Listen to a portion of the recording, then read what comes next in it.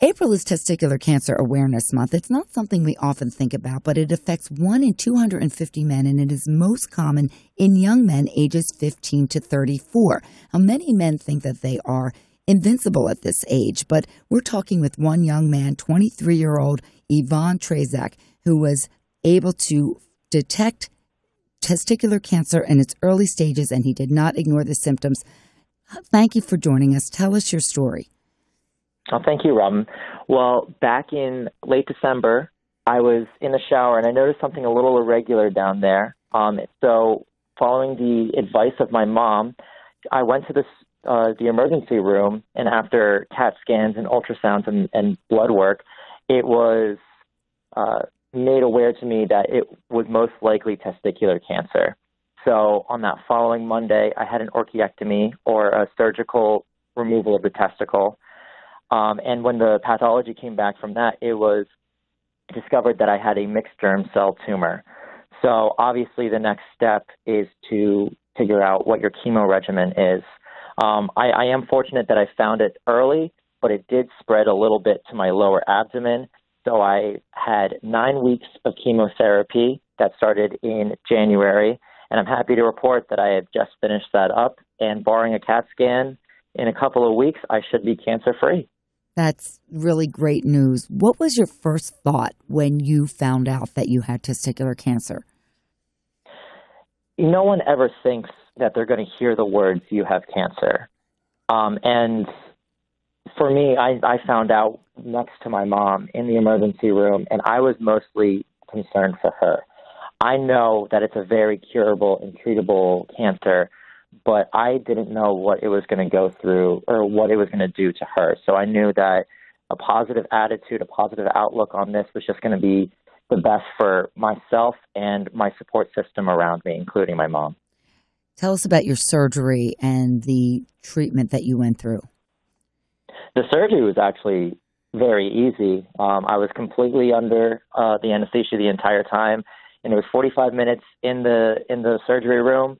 The thing about the surgery that was most concerning was by the time that you get to surgery, you don't know for sure if you have testicular cancer or not.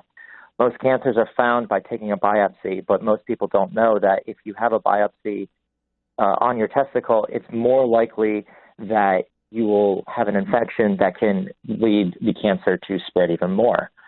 So when the pathology came back and it was cancer, it was almost like a sigh of relief that we had this orchiectomy for a purpose.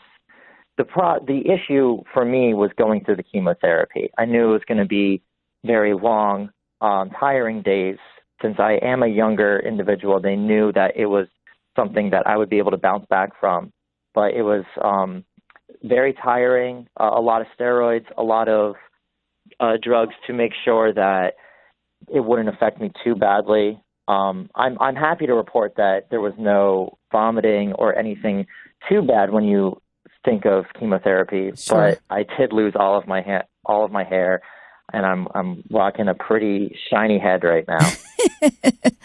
But that will grow back, so that's the good news.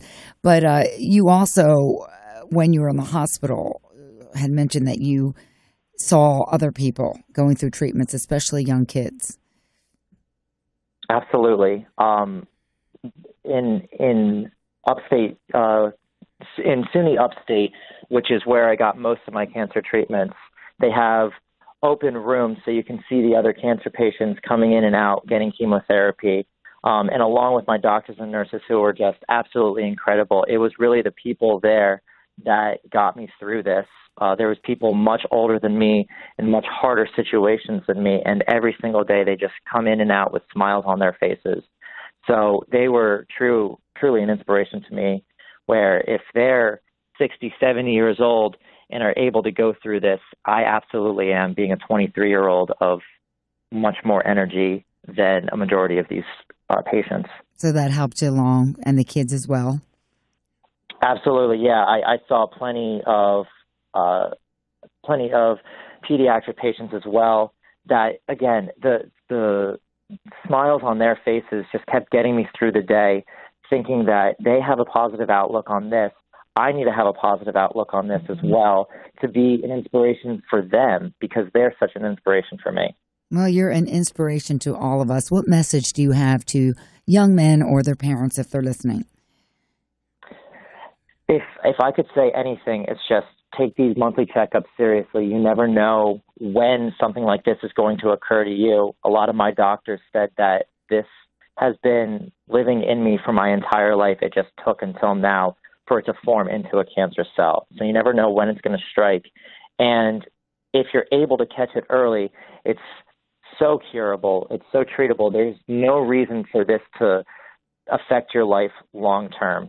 And if you do get the unfortunate diagnosis that you have come down with testicular cancer or any type of cancer, I have found that a positive outlook and high spirits is one of the greatest drugs that you can have, one of the greatest treatments besides your chemotherapy or radiation that you can have, and you will get through this a lot easier. Absolutely. And we wish you all the best in the future. Thank you so much for sharing your story and words of inspiration. Hopefully you've helped some people listening to pay attention to this issue and to do their monthly checkups. And Yvonne, we can't thank you enough. Yvonne Trezak of Ocean City, New Jersey. All the best to you in the future.